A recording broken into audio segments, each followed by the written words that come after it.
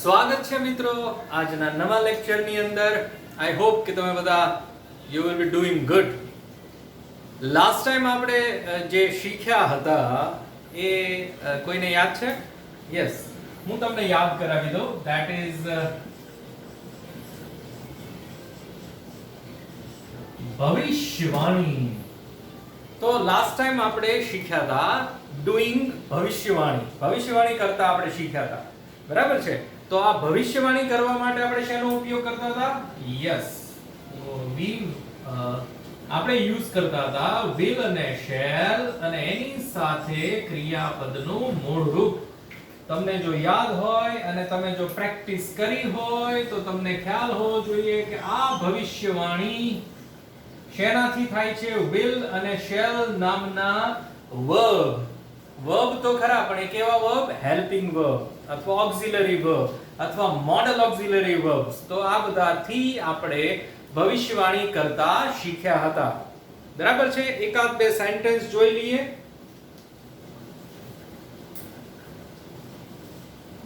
સારી ભવિષ્યવાણી કરીએ.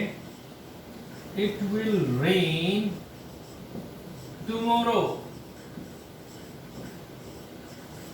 ચાલો એક ભવિષ્યવાણી કરી. It will rain tomorrow. આવતીકાલે વરસાદ પડશે. It will rain tomorrow. બીજી એક ભવિષ્યવાણી એવી કરીએ.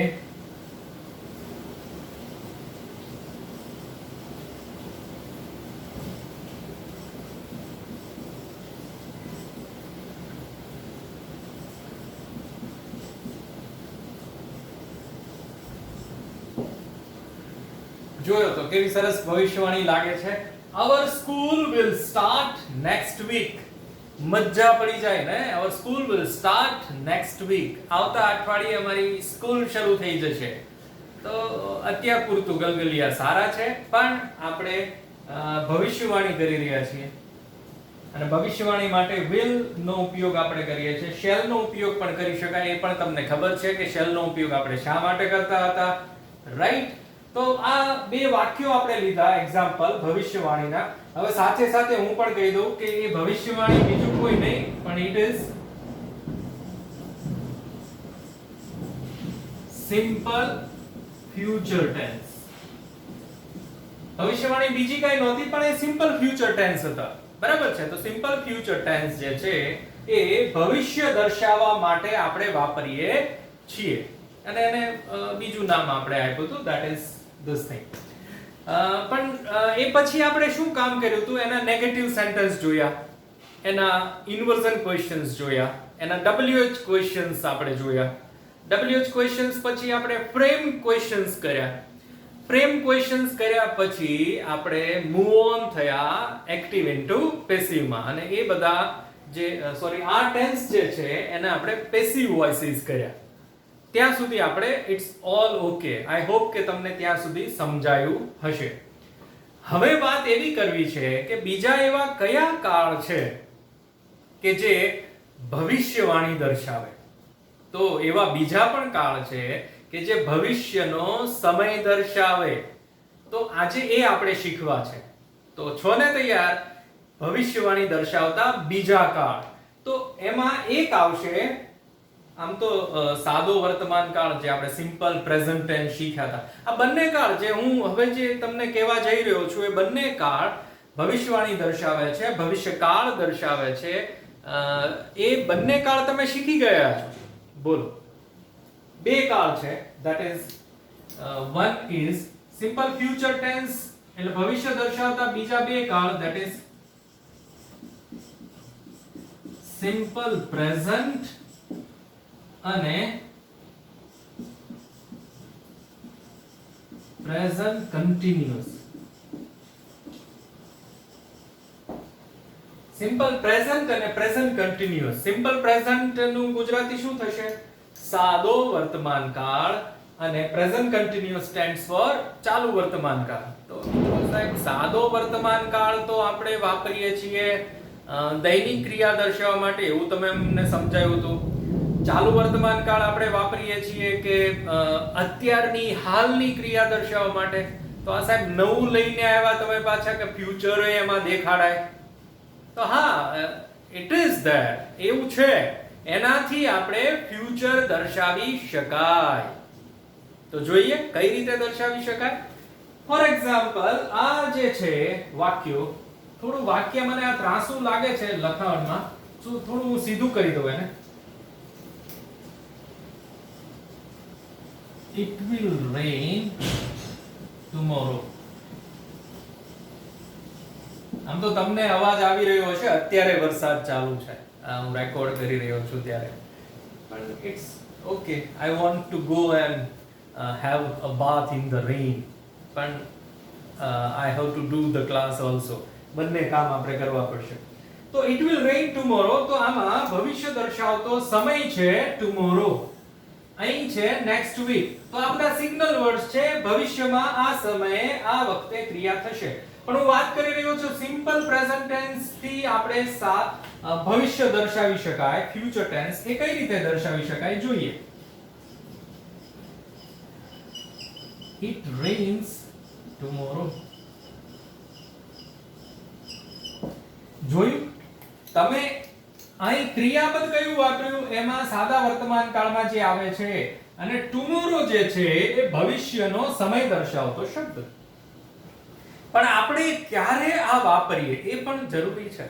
આપણે એમને આડેધડ વાપરી નથી શકતા કે ભાઈ ચાલો આ સાદો વર્તમાન કાળ વાપરીને પણ ફ્યુચર દર્શાવી શકાય, ચાલો એ વાપરીએ. ના, એવું નથી.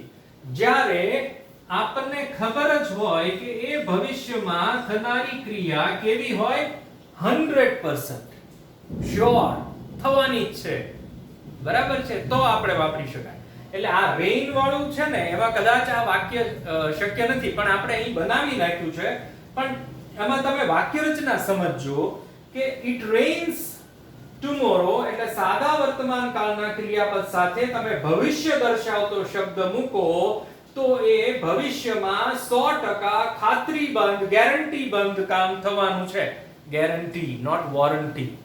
ગેરંટી થી એ કામ થવાનું છે એવું તમે માનીને ચાલવાનું છે, બરાબર. એવું ઘણીવાર હોય કે તમે નક્કી જ હોય જવાનું, દાખલા તરીકે આવતીકાલે હું અમદાવાદ જવાનું છું, તો આ કેવી ક્રિયા છે, સર્ટન, ટિકિટ આવી ગઈ છે, બધું નક્કી છે, તો એ ચોક્કસ થવાની ક્રિયા છે, તો ત્યારે તમે વાપરી શકો સાદો વર્તમાન કાળ. પણ ભવિષ્યનો સમય દર્શાવવો જરૂરી છે. એવી જ રીતે તમે દાખલા તરીકે એવું કહી શકો કે ભાઈ કોઈ મહેમાન આવવાના છે, અહીં પહોંચી ગયા છે,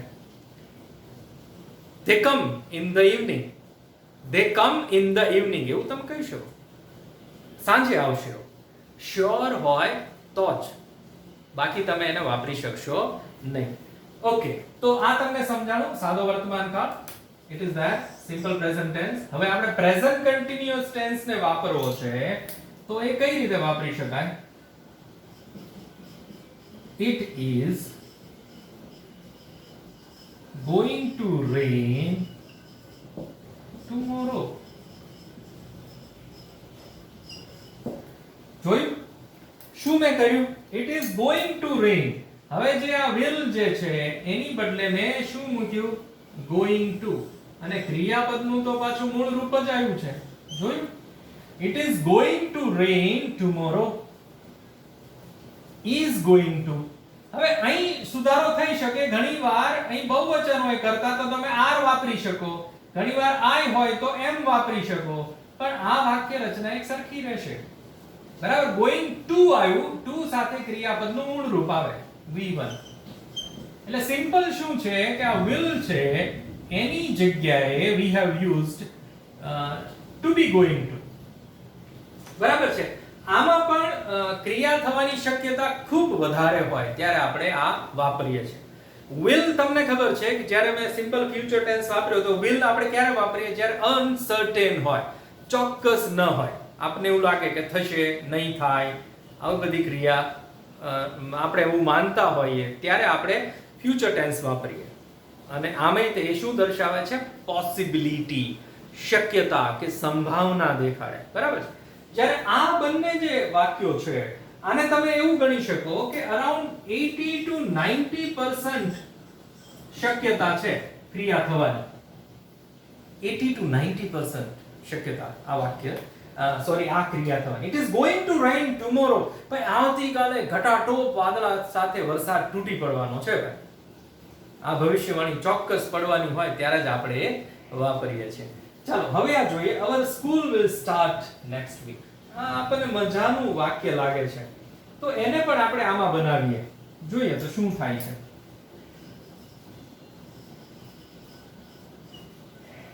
Our school starts next week. હવે આ કેવું છે ખબર છે તમને? Our school starts next week. તમારે 100% આવતા અઠવાડિયે ખુલવાની છે શાળા. ઘણીવાર અત્યારે તો અનસર્ટેન છે આપણી પરિસ્થિતિ, પણ ઘણીવાર જ્યારે આ પહેલાની જે કન્ડિશન હતી એમાં તમને તારીખ આપી દીધી હોય કે આ તારીખે આ સમયે તમારે આવી જવાનું છે, સ્કૂલ વિલ રીઓપન, એ ખુલી જશે સ્કૂલ. તો ત્યારે આપણે શું છે કે ફેક્ટ છે, ફાઇનલ છે કે આ થવાનું છે, તો એ વસ્તુ આપણે આમાં દર્શાવી શકાય. તો અહીં તમે સમજો કે આ જે કર્તા જે છે ત્રીજો પુરુષ એકવચન છે, એટલે આપણે શું મૂક્યું અહીંયા? સ્ટાર્ટ્સ. હવે school starts next week, future દર્શાવે છે. ઓકે, હવે આ વાક્ય આપણે લઈએ તો શું થશે? અવર સ્કૂલ ઇઝ, અહીં એકવચન છે એટલે ઇઝ લીધું છે. Our school is going to start next week. બરાબર છે? તો અહીં આપણે to be going to લીધું છે. હવે બંનેમાં is આવ્યું છે, પણ ઘણા કરતામાં are પણ આવી શકે, એ પણ આપણે વાક્ય આગળ થોડા જોઈ લઈશું. હવે આ તમને સમજાણું, તમે સાદા વર્તમાન કાળથી પણ ફ્યુચર દર્શાવી શકો, ચાલુ વર્તમાન કાળથી પણ ફ્યુચર દર્શાવી શકો, પણ તમે સાહેબ આમાં તો ટુ બી ગોઈંગ ટુ વાપર્યું છે, તમે pure present continuous tense, pure ચાલુ વર્તમાન કાળ તો વાપર્યો નથી, તો એને પણ વાપરી બતાવું, તમે સમજો.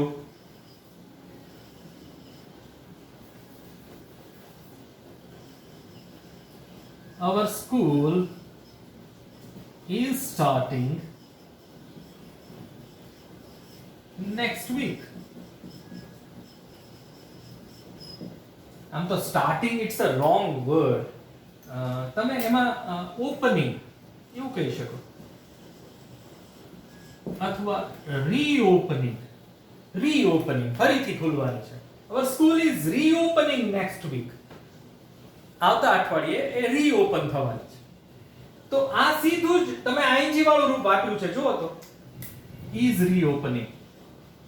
Our school is reopening, અને થોડું આપણે નાનું કરી દઈએ, is reopening next week.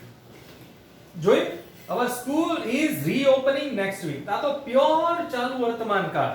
ફેર શું પડ્યો? ચાલુ વર્તમાન કાળ આપણે શા માટે વાપરતા હતા? અત્યારની હાલની ક્રિયા દર્શાવવા માટે, આપણી સામે થતી હોય. દાખલા તરીકે હું ભણાવું છું તો હું કહીશ કે આઈ એમ ટીચિંગ ઇંગ્લિશ, અને તમારા માટે હું કહીશ you are learning English.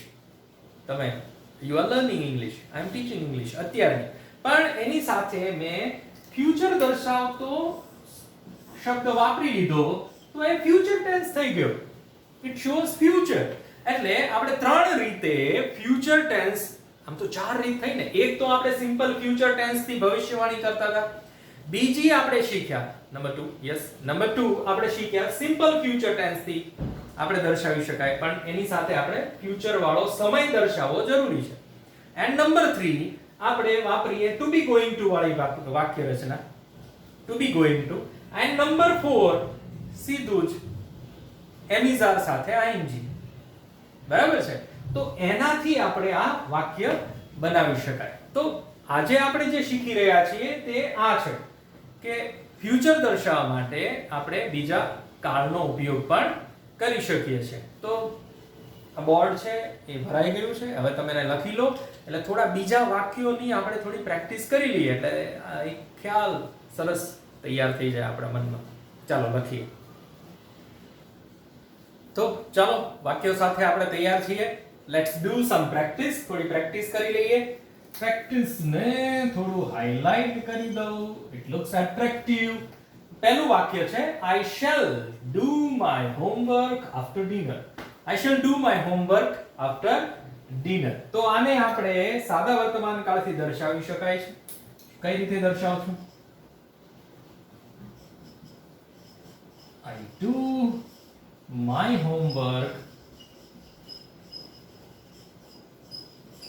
after dinner. હવે જુઓ અત્યારે સાંજનો સમય છે અથવા બપોરનો સમય છે અને ડિનર જે છે હવે પછીની એક્ટિવિટી છે એવું આપણે સમજીને આ વાક્ય બનાવ્યું છે. બરાબર છે? તો I do my homework after dinner એટલે તમે 100% શ્યોર છો કે ભાઈ હું જેમાં પછી આ કામ કરવાનો છું. તો એ પણ ફ્યુચર દેખાડે છે.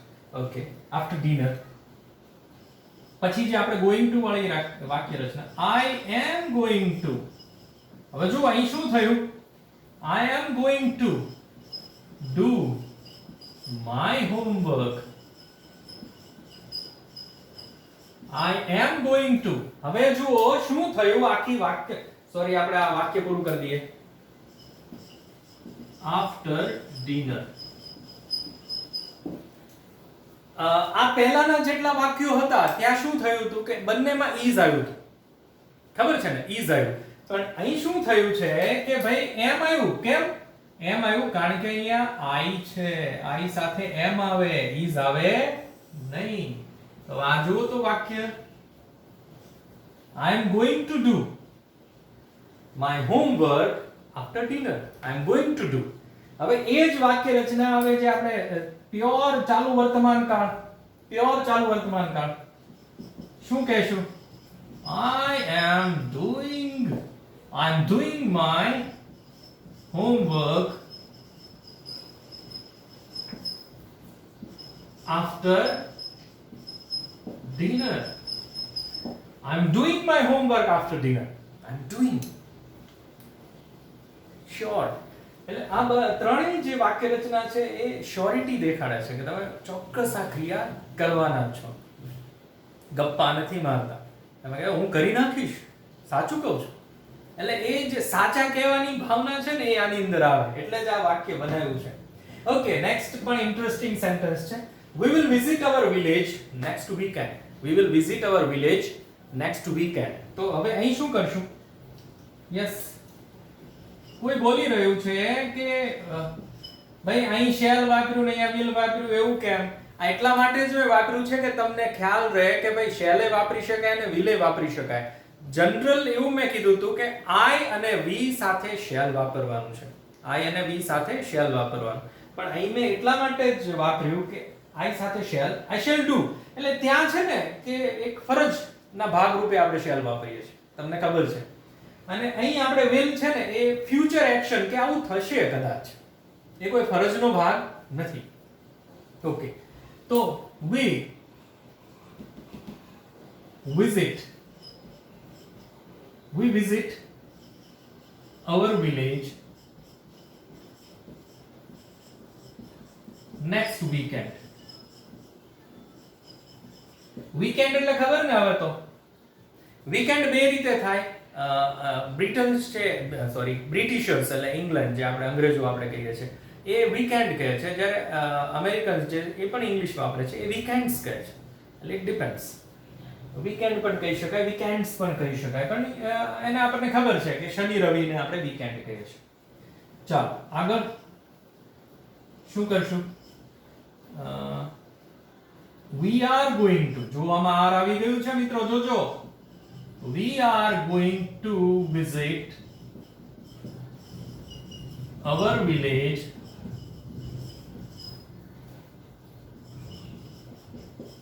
next weekend. આમ તો in the next weekend કહીએ તો પણ સારું રહે. in the next weekend એવું કહેતી.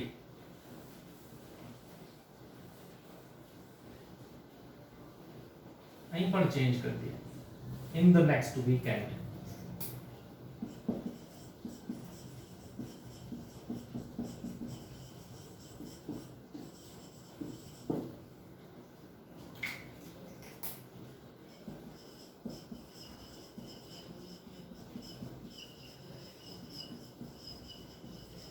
ઓલું પરફેક્ટ જ છે, એમાં કઈ ખોટું નહોતું, પણ અહીંયા નેક્સ્ટ આવે એટલે ધ લગાડીએ તો ઇટ્સ લુક્સ ગુડ, સારું લગાડવાની વાત છે. ચાલો તો હવે આ તમને ખ્યાલ આવ્યો. અહીં આર વાપર્યું છે મિત્રો આપણે, આર ગોઈંગ ટુ વિઝિટ. હવે આર શા માટે આવ્યું? આઈ છે, સોરી વી છે એટલે આર આવ્યું છે. હવે આ પ્યોર ચાલુ વર્તમાન કાળ વાળી વાક્ય રચના પ્યોર, તો શું થશે? we are visiting our village in the next weekend. We are visiting our village in the next weekend. બરાબર છે? તો આ તમને ખ્યાલ આવ્યો હશે. Now let's look at the third and the last sentence. છેલ્લું વાક્ય જોઈએ, એમાં સમજવાનો પ્રયત્ન કરીએ કે ભાઈ શું કહેવા માંગે છે. She will not watch a new movie next Sunday. આમ થાય તે કાંઈ જવાનું તો છે નહીં, પણ આ એક વાક્ય આવ્યું છે મનમાં તો આપણે બનાવી નાખ્યું. She will not watch, નકાર આવ્યું છે તો શું કરશું? She તો does not watch a new movie next Sunday.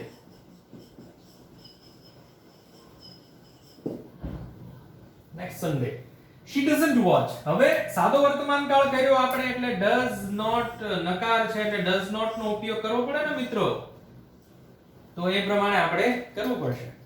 ચાલો હવે to be going to વાળી વાક્ય રચના શું કરશું?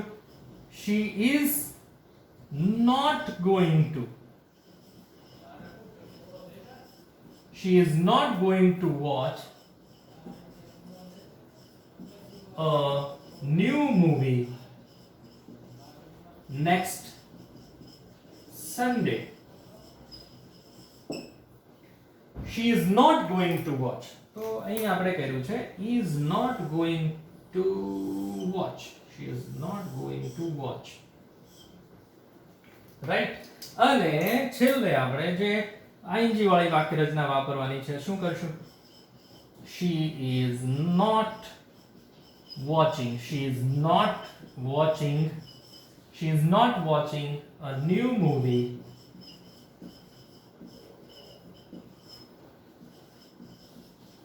next Sunday.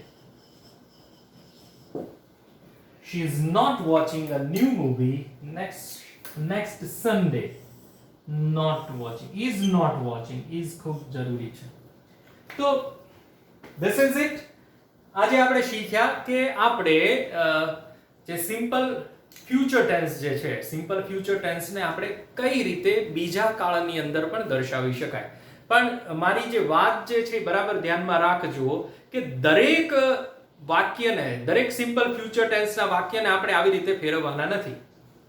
એ ક્યારે વાપરીએ છીએ સિમ્પલ પ્રેઝન્ટની અંદર? જ્યારે વી આર સર્ટન, ચોક્કસ છીએ, we are sure, dam sure, ખૂબ ચોક્કસ છીએ કે ભાઈ આ ક્રિયા થશે જ, ત્યારે જ આપણે એને સિમ્પલ પ્રેઝન્ટમાં વાપરીએ છીએ. અને ટુ બી ગોઈંગ ટુ વાળી વાક્ય રચના અને સિમ્પલ પ્રેઝન્ટ કન્ટિન્યુઅસ ટેન્સ વાળી વાક્ય રચના એ પણ એવું જ છે, થોડું સર્ટનિટી વધારે હોય ત્યારે આપણે વાપરીએ. અને જે સિમ્પલ ફ્યુચર છે પ્યોર, એ કેવું હોય છે કે થશે, નહીં થાય, ઇટ્સ ઓકે, ફાઇન, ન આવ્યા તો ઓકે. પણ તમે એમ કહો કે I am going to come, I am going to win the match, I win the next match, એમ તમે કહો કે I win the next match, એટલે તમે 100% શ્યોર છો કે ભાઈ આપણે મેચ જીતવાના છીએ. બરાબર છે? તો આવું કંઈ છે, I am going to win the match, એટલે તમે ખૂબ ચોક્કસ છો કે ભાઈ નેક્સ્ટ મેચ હું જીતવાનો છું. I am going to get 90%, I am going to pass the exam, I pass the next exam, I pass the next exam, એવું પણ કહી શકો. I pass the next exam. અને એવી જ રીતે I do not fail in the next exam, નકાર પણ તમે વાપરી શકો. એટલે આવી રીતે અલગ અલગ સિમ્પલ ફ્યુચર ટેન્સને આપણે બીજા ટેન્સથી પણ દર્શાવી શકાય. હવે તમને પ્રશ્ન થતો હશે કે સાહેબ આ પૂછાય કઈ રીતે? તો સેમ એરર કરેક્શનમાં, એટલે કે એડિટિંગ વાળું, જે આપણે મીટિંગની અંદર ઝૂમ મીટિંગમાં પણ ચર્ચા કરી હતી અને રેગ્યુલર ક્લાસમાં પણ આપણે ચર્ચા કરીએ છીએ કે એડિટિંગ વાળા પાર્ટની અંદર પણ આવી શકે, ટુ બી ગોઈંગ ટુ વાળો એરર કરેક્શન કરવાનું આવે. બીજું તમને પૂછી શકાય કે ચેન્જ ધ ટેક્સ્ટ જે છે, ચેન્જ ધ ટેક્સ્ટ એટલે જે 3 વાક્યનો પેરેગ્રાફ છે એને તમારે બદલવાનો આવે છે. એ અલગ અલગ રીતે બદલવાના આવે. તમે એક્ટિવ ઇન્ટુ પેસિવ આવી શકે, ટેન્સીસ ચેન્જ કરવાના આવી શકે. તો એમાં તમને આ ગોઈંગ ટુ વાળી વાક્ય રચના અથવા આ વાક્ય રચના તમને પૂછાય કે એને આમાં ફેરવી દો. તો હવે તમને ખ્યાલ આવવો જોઈએ કે આજે આપણે ઓલમોસ્ટ 5 સેન્ટેન્સીસ ની પ્રેક્ટિસ આપણે કરી છે અને બીજી વર્કશીટમાં આપણે કરીશું. તો એ વર્કશીટના વાક્યો તમે સરસ રીતે ટ્રાન્સફર કરી લેજો. એટલે એ વર્કશીટના વાક્યોને તમારે બંનેમાં ફેરવવાના છે. આમાં સિમ્પલ પ્રેઝન્ટમાં ફેરવવાના છે, પછી ગોઈંગ ટુ વાળી વાક્ય રચના અને પ્રેઝન્ટ કન્ટિન્યુઅસ, એ એટલે 3 થશે, 2માં નહીં પણ 3માં તમારે ફેરવવાના થશે. તો આ રીતે આપણે પૂછીશું. અને બીજું કે આને એમાં પણ આવી શકે, જ્યારે ગોઈંગ ટુ આવ્યું ને એટલે અહીં ક્રિયાપદનું ટુ વાળું રૂપ આવે છે. જો જેટલા પણ છે તમે આમ હાઇલાઇટ કરો ને તો ટુ વાળું રૂપ આવે છે. તો આ તમને સીધું ખાલી જગ્યામાં પણ પૂછી શકે, અથવા તમને અહીં એરર કરીને આપ્યું હોય ને ગોઈંગ વોચ એવું આપી દીધું, she is not going watch અને નીચે અંડરલાઈન આપી દીધી, તો તમને ખબર હોય કે અહીંયા ટુ વોચ કરવું પડે એડિટિંગમાં. એવી જ રીતે અહીં પણ આપી દીધું, we are going visit our village, તો ત્યાં ટુ ન આપ્યું હોય અને નીચે અંડરલાઈન કરીને આપી દીધો આ શબ્દ તમને, તો ત્યારે તમને ખ્યાલ હોવો જોઈએ કે ભાઈ ગોઈંગ ટુ આવવું જોઈએ. ગોઈંગ ટુ સાથે ક્રિયાપદનું મૂળ રૂપ. ઘણીવાર અહીંયા ઈડી વાળું રૂપ પણ આપી દે, visited, we are going to visited our village. તો ત્યારે પણ તમને ખ્યાલ આવવો જોઈએ કે ભાઈ અહીં ક્રિયાપદનું મૂળ રૂપ જ આવે. આઈ હોપ કે તમને આ લેક્ચરમાં જે કાંઈ મેં આજે સમજ આપવાનો પ્રયત્ન કર્યો એ તમને સારી રીતે સમજાણવું હશે. અને જે સમજ આજે લીધી છે એ તમે હવે પાછી વર્કશીટની અંદર પણ લેજો. એટલે પહેલું કામ તો તમારે બંને બોર્ડ વર્ક સરસ રીતે લખી જવાના છે તમારી નોટબુકની અંદર. સેકન્ડ થિંગ, વર્કશીટ તમારી નોટબુકની અંદર સારી રીતે લખી જજો. ઘણા મિત્રો જે છે એ વિડિયોઝ ખાલી જોવા ખાતર જોતા હોય છે, તો that is not a fair thing. આ વિડિયો બનાવવા માટે અમે ખૂબ મહેનત કરીએ છીએ, એવી જ રીતે વર્કશીટ બનાવવા માટે પણ ખૂબ મહેનત કરીએ છીએ. એટલે આપ સર્વેને વિનંતી કે અમારી મહેનત છે, સાથે સાથે તમારી મહેનત છે, તમારા પેરેન્ટ્સની પણ મહેનત છે, તો એને એળે ન જવા દેતા. એળે એટલે ખબર પડે ને, નકામી ન થવા દેતા. એટલે લખો, વાંચો, ન સમજાય તો ફરીથી વિડીયો જોઈ જાઓ, બરાબર? એટલે તમે ફરીથી મને પ્લે કરી શકો કે ભાઈ ચાલો ફરીથી બોલો. તો એ બહુ સારી સગવડતા છે આપણી પાસે, તો વારંવાર પ્લે કરી શકાય અને એક્ઝામ્પલ સમજી શકાય. જ્યાં ન સમજ પડ્યું તેને રિવર્સ લઈ જાઓ, બેક 2 વાર ટક ટક કરો એટલે એટલું પાછળ જાય. તો એક સારી સિચ્યુએશન છે, સારી સગવડતા છે, તો એનો આપણે ચોક્કસથી ઉપયોગ કરીએ. અને નેક્સ્ટ લેક્ચરની અંદર મળીશું ફરીથી એક નવા ટોપિક સાથે. ત્યાં સુધી આવજો, ગુડ બાય.